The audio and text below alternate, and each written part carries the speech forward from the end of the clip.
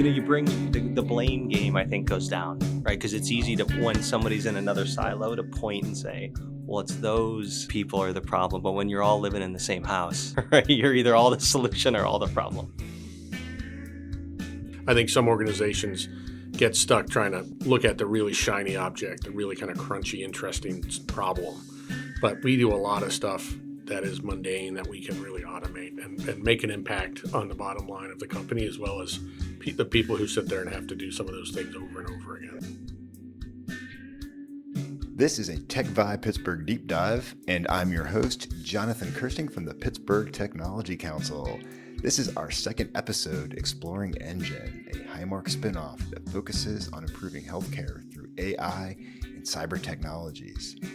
In this episode, we are going to explore how enGen has tightly aligned its operations and technology teams to create better efficiencies and drive innovation. Learn what prompted enGen to shift its operating structure to more closely align tech and operations, and you can discover how this tighter alignment empowers its teams to work more creatively. Plus, you'll get some key takeaways from the lessons learned along the way of making such a major shift. So let's get ready to hear from Matt Renish, Chief Operating Officer, and Mike Stimpson, Chief Technology Officer, as they discuss their roles and the importance of aligning technology with operations. We're talking to the peanut butter and the jelly of enGen. It's all about bringing tech and ops together, right? It's like the Reese's peanut butter cup. Even the better. Chocolate and the peanut butter come together. And that has everything to do with Matt Renish, who is the COO, and Mike Stimpson, who is the CTO at enGen. Guys, thanks for hanging out with me today. I'm really excited to explore how you guys work together and how enGen's moving things in some really cool directions that I think people can actually learn from, how you guys are kind of bringing together tech and ops. And I got the right people to be talking about all things. So welcome to the show. Let's start with introductions. So Matt, let's start with you. Tell me about yourself and what you do at enGen, of course, as the COO. Yeah, so COO. So I have folks that are every day using our platforms in the work that they do, to whether it's pay claims for members on, back to providers, answer calls at our call centers, do utilization management so people can get the care that they need. All the core operational processes of health plans is what my teams do every day. Oh my. And they need that technology to work for them so that we can deliver for members, for providers, and for other stakeholders. It has to be absolutely essential for everything that your team does, because without it, they can't do what they have to do. So, okay, which is why this is kind of, I'm talking about the peanut butter side of things. So Mike, your background and what you do with enGen as the CTO. Yeah. So, Matt, I guess I'm Matt's jelly, which is really focused on, enabling technology to support both the business itself and the members. And a lot of it is around what technology do we need for the future? How do we continue to grow and evolve our technology to make healthcare simpler for our members and make us more efficient internally as well? I feel like you both have very complicated jobs. I would not want these responsibilities, especially when you're looking at like healthcare and how important that is. I mean, people's lives are literally in your hands when it comes down to this. So you guys are, like I said, as you bring yourselves together, I think the more closely that you're aligned, the better the operations are going to be at enGen. That's what we're talking about today. And in some ways, it seems obvious that this should happen, but it doesn't always happen in the workplace, right? Am I thinking in the right ways around this? Like sometimes things that seem like, of course, they should be working together, but sometimes they don't, right? Yeah, I agree. It's it seems obvious, but I think we all have examples that we can point to of times the system was created and didn't work for the end user, right? We have that as consumers, we have that at work. And the more that we can bring that together, because all of the work we do, it's leveraging those systems, all the processes we do for members, for providers, we got to work in those systems. And the more it can be seamless and we can have my team and Mike's teams and other teams can have that direct communication and interaction, it helps us make ourselves better every day, make the systems better, work better, to Mike's point. And how big are each of your teams? I mean, we're talking lots of people here that you have to have kind of coming Yeah. together as you guys being the heads of these things. That's where the responsibility side for me was like, whoa, man. Yeah, That sounds scary. thousands of people, big operations. But to your point, we're focused on making those people's jobs better every day so that they can deliver for members every day. That's really what we're doing. Well, how exciting is that then? Because as you see this working, you get to actually, I mean, if you see the results, you got to be getting like, wait a second, okay, there's something here which probably only fuels you to want to keep doing more and keep improving. Yeah, it's great. I mean, to go from idea, work with, our tech counterparts on Mike's teams, to then put it into place and make sure it's working. It's quick. Right? Yeah. That's the value of being side by side in the same organization. Great. And then to see how quickly it can change, and whether it's improve a member interaction or make a transaction faster, it's really exciting for me. Yeah, and I think, oftentimes we think about technology and operations as two separate teams, but there is not a operator who they now have to understand technology, and our technology teams have to understand the operations. I don't think there's a world where you can't, an individual has to have both kind of skills and capabilities. So it's not a pure binary, you're an operator or you're a technologist. Yeah, so. There becomes a part where things they blend together, and that's why. So what is it that actually kind of prompted this? How long ago was this where it's like, we're making this concerted effort to really bring these two things together and get you working side by side? Yeah, it was a little over a year ago. The operational areas that I have accountability for, they weren't in enGen. A couple small pieces were, but they were kind of scattered throughout the broader Highmark Health organization. Yeah, that makes sense, because as Highmark has grown and offers new stuff, like, you're going to be scattered out there. And all of a sudden, like, wait a second, where is everybody? So it was fragmented, right? And so we first kind of brought all of it together in one operational area for the first time, and brought it together kind of in the IT company enGen for the first time. So that was the first time it's all been together, 12, 13 months ago. Very cool. Was there almost, I don't want to say culture clash, but there's obviously you're bringing these two things together, and people are used to operating in certain ways. Was that kind of interesting to watch people kind of come together and figure out how to mesh? Yeah. You bring the blame game, I think, goes down, right? Because it's easy to, when somebody's in another silo, to point and say, well, it's those people are the problem. But when you're all living in the same house, right, you're either all the solution or all the problem. That is excellent. That brings it right down to earth. That is so cool. So, I mean, and that kind of like leads into my next question, is really like, that just becomes empowering then. This structure really creates empowerment within these teams. Tell me more about that. Because I think that's obviously, this is where the magic happens, right? Well, I think it comes down to shared objectives, mutual goals. We're working together.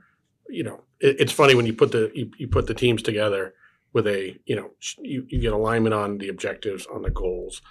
It removes a lot of the friction from the conversations. Okay. And it really fits into trying to empower the teams to work together. And some of that is removing some of the overhead and just letting them kind of self-manage themselves and team together. I love it. That's where I get excited, because I was talking to Mick in our last podcast, and we talked a little bit about the culture that's kind of happening within, and I've seen how this is really driving so much of that culture.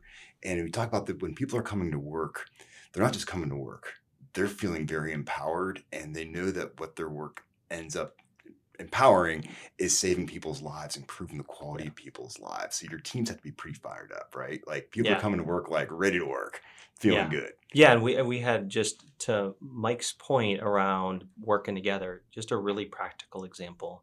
So this week we spent some time where folks on the IT team were shadowing some of our customer service reps as they were taking live calls. Oh, they're learning so much by doing that. First, you can hear that's a tough job.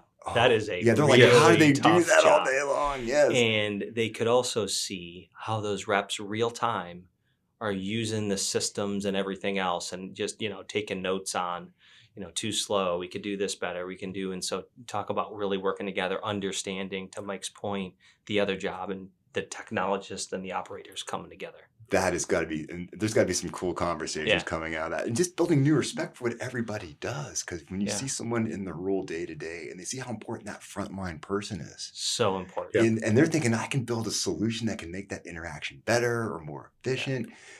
Oh man, that's exciting to me. Yeah. Okay, so you guys are really getting charged up to come to work every day. Yep. Yeah.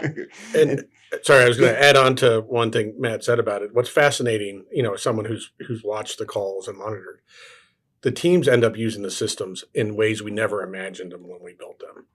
They've figured out ways to, tricks. They figured out workarounds that we didn't even know we needed. And so having the technology team sitting there and watching the day-to-day experience, they're actually learning how people ended up, using the systems in ways they never thought they never really intended it to be built. It's like those secret Nintendo codes you could figure out as a kid to get all those contra lines. Up, left, A, B, B, A. Yeah. I'll have to remember that code then. Perfect. Thank you for the insight there, Mike. That's so cool. So I'm assuming if that's how they're coming to work and they're finding new ways, they got to be very receptive to new technologies as they come along too. How has that improved? And that's got to be the toughest thing, because the technologies that just keep coming out. Like I was asking Mick how he keeps on top of it. And he was like, I don't know, man. You're kind of riding the wave more than riding the wave. Exactly. So tell me more about that if you could. Yeah, I mean, Mick mentioned, I think in the first podcast, AI at scale. Right. And how we're doing that in tech and operations, and claims processing was an example. Right, that's a tough job, especially some of those things that you're doing in claims processing when you're trying to understand duplicates or matching members and some of those things. And so I think when people recognize how we're using the tech to get them out of that process to do, higher value added work and different things, they're engaged, they're on board, and they are helping us figure out how to do that. We're going to next year, I think, have 2 million claims that are going to have AI assist in them. Yeah. And 2 million, I mean, that's a number. Try counting to 2 million. It's going to take you like 10 years, right? And to think that you're able to then put AI to that and be able to take some of that monotony or the stuff that the human being just come on, you can be more creative in solving that problem now that AI is taking care of that very rudimentary part that is not so much fun. Yeah. Wow, that's cool, man. That's why I love doing these, because I'm learning so much. I'm like, wait a second. First I think about 2 million claims. I'm like, oh my God. And they're like, yeah, we have AI to deal with that. And I'm like, yeah, AI to deal with that. Very cool stuff. As we kind of move on to the idea, I don't know, you're building this culture here. Obviously, your team seem like they're very empowered. They're learning from one another. And as you roll out new technologies, you're able to get them to be very excited about embracing them and everything like that. I mean, how do you feel about the future of this? I mean, how do you harness this and kind of keep it going? Because I feel like this is something you got to always be stoking the flames of this. You get it going, but you got to keep tending to it. How do you do that? Well, I think some of it comes down to, first off, to add on to something Matt said, I think it's these new technologies and allowing our teams, both on the operations and the technology teams, to use this newer technology is really critical to even their retention, right? Our people want to come in every day, learn new technologies. If we said we want you to work on this, 40-year-old COBOL mainframe for the rest of your career, they look elsewhere. So utilizing this technology is really crucial to our talent retention, right? Because it gets people excited to come to work every day. And I think it's, right now it's AI. And AI is going to be the thing for a while. Of course. But it's allowing our people to, take time to invest in their development, continually, pushing them to grow, I think is crucial. Giving them time away from whether it's writing code, doing design documents, is allowing them to give them time to really, play with the newer technology, I think is crucial. Yeah. I mean, as you've rolled through this for a year now, you're able to kind of look back a little bit. Is this exceeding your expectations from your standpoint? I mean, you have to go into this knowing that, we're going into this for the best of reasons, trying to make sure things, but you always know that, there's people involved. Things are going to get weird sometimes, and that's just called life. But I'm assuming that this is really working out well for enGen. Yeah, I'd say our expectations have been blown on utilizing the AI components. And what's fascinating is the AI piece of it is obviously fascinating, but all of the work to integrate it back into the workflows so that the teams can use it seamlessly with what they do. Working with the operations team to make sure that they're trusting the new magic that's coming through the system, so that they understand when the AI says this is what you should do with this claim, trusting the system to do it. So, I think there's a lot of learnings on this AI journey as we put in this claims AI solution, that the AI model itself is just one component of the work. It's the integration of the workflows. It's getting the operations team to understand what the system is doing so that they can trust it. Yeah, that's a great point, because some people talk about, we put AI in it. Okay, great. Yeah. But the idea is, you built a solution that can handle it, but then how do you integrate that through your system so it comes all the way through? Which once again makes it so important that your teams are integrated together, right? Because it just becomes part of that flow for everybody then at that point. Yep. Yeah, and it's gotta be something that makes a difference to the business and to the people that are doing the work every day, right? We can try to solve these really interesting side problems, and Mike talks about this a lot, but it's really the big problems in front of us that where we can focus and make a real impact. Yeah, we can use AI to really solve some really boring stuff. That's how we think about it. Right, the stuff that no one wants to do over and over and over again. It can be used to do that, instead of, I think some organizations get stuck trying to really kind of, look at the really shiny object, the really kind of crunchy, interesting problem. But we do a lot of stuff that is mundane that we can really automate and make an impact on the bottom line of the company, as well as the people who sit there and have to do some of those things over and over again. Yeah. Oh, it makes so much sense. Just jumping around a little bit, like as I hear you talking about this, I feel like there's some takeaways from people who are listening to this, because, like, wait a second, being able to align our technology and our operations together is something that, like, it's easier said than done. But, like, what would be some advice that you could maybe think about to give our listeners out there, because they're thinking about it? Like, you've been down this road for a year, which is great. I'm seeing, like, tremendous success so far. That's why I'm like, keep it going, guys, keep it going. How can I get started? So Mike hit on aligning incentives already. That's obviously, straightforward. I do think too, just the more that the tech folks understand the work of the operators every day, right? Those shadowing kinds of sessions, and, like, in the reverse some, right? So the more that we as operators understand the complexity of that environment that the technology teams have to work in for coding and architecture and infrastructure and all that stuff, we don't need to be experts in it, but understand, like, all right, we get it. It takes a while, and it's not as straightforward as we think. Just having that shared understanding goes, I think, a long way, right? And I think, to me, that's a big thing. I love hearing that, because you're bringing this down to the human scale again. As you say that, it's not like, well, make sure you have this code set up or this type of technology lined up, but it's like, no, let's develop a shared understanding with the people that come in every day who are using the technologies and so forth. I love that. Yeah, like, we all figured out how to work together before PowerPoint existed. We did? Right? Yeah, Oh my I know, goodness. it's shocking. This is like, some of those skills are still useful today. What did we do before email? Oh my God. How do we talk to each other? Mike, what are your thoughts on that from the tech side of things? Yeah, no, I think, and Matt started to hit on it, but to explore it a little bit more, a lot of it is around, understanding the process we go through from a technology perspective. So understanding when we're soliciting requirements from the business teams and Matt's teams, why we're asking the questions we're asking, what are we trying to get to understand it. It's just not, you can't just go in there and say, give me the requirements, okay, thank you, and then go back to your cube and start writing code. It's really understanding, like, having the operations teams understand the development process, whether you're in an agile world or a waterfall world, having them understand the process so that there's a common understanding of why we do the things we do, especially when we get to the real collaboration in the software development lifecycle, when we're testing the solution, right? And having those people who helped us understand the requirements and design be the ones who are helping us confirm that what we built was what they needed. And so understanding the entire process and why we do certain things, I think, is important. I love it. And by the way, that just accelerates the cycle time. Yeah. Once you get to that, right? So you're identifying issues faster, solutions faster, you can test them faster. And so then that has an endpoint impact on members and providers. I mean, we have some of the work that we're doing, especially in some of this AI at scale stuff, where, that some of the technologists are able to, they know some of our processes, they're dangerous enough, right? As we say, to be like, hey, I think we could take and replicate this and use it over there.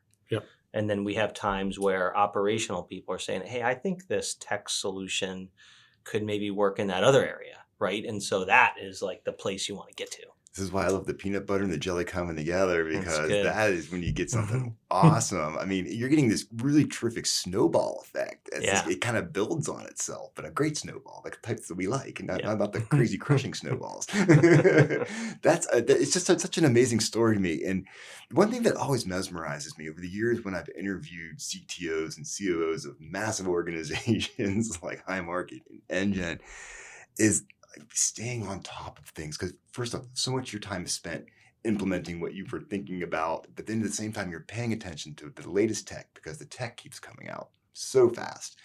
I'm just curious, like, what are you seeing in the future? Like, what are you paying attention to now that you're like, okay, like this is something I gotta really stay on top of. I want to be able to maybe start adding this into what we're doing next year. Like, I don't know how you keep the cycles going, but any insights would be awesome.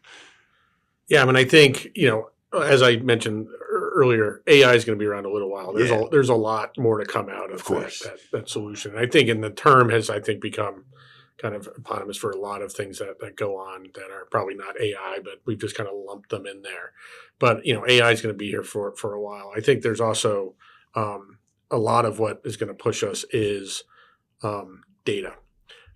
We talk about IT and operations, but I don't think we should ignore, the other leg of the stool, which is what do we do with all this data that we're collecting? So a lot of the technologies that we're looking at as we look to collect more and more data about, to understand how to better serve our members. What do we do with all that data? So a lot of the technologies are all around the interoperability of how do we keep that data portable? How do we utilize it? How do we, keep it safe too? I'm always like, especially when it comes to the data within healthcare, I mean, that is like the most sensitive data out there. And so the idea that you're collecting this great data that you can make actionable, you're keeping it safe at the same time. So that's a whole other layer you have to put on top of your daily worries, right? Yeah, absolutely. Yeah. That's really interesting. Wow. Yeah. Where do you see things happening? Yeah, I think I agree with Mike. We're really early in this whole AI journey as an example. And I think it's to some extent a little bit of just asking yourself every day, like Mick asked us this morning, you should be asking yourself the question, how can I take what I'm doing and infuse AI into it kind of with everything you're doing? I think that's a great reflection to be able to say, could I make this document differently, build this process differently, transfer the data differently? Even some of those simple things, you don't need to know all the ways that AI works with NLP and all these other things, but you can at least think about how can I do stuff differently and bring in technology. Yeah, I love it. At the end of the day, I keep looking at this and I'm thinking to myself, you guys are really charged up. There's a ton of passion going on here, and it's underwritten with this commitment of helping people, right? I mean, you're a healthcare company and you're making sure that you're creating the best experience using technology and then creating a better environment for your workers because you're implementing AI so people can be more creative, not doing the monotonous stuff as we talked about today. And what gets me even more excited on top of that is the fact that you're doing this here in Pittsburgh, right? And quietly doing this in Pittsburgh. So I'm trying to give you guys a little shout out because I want people to know that like there's tremendous opportunities at enGen. I mean, you guys have been at the forefront of hiring people across a spectrum to bring them in there and make them part of this organization and enable them with tech skills.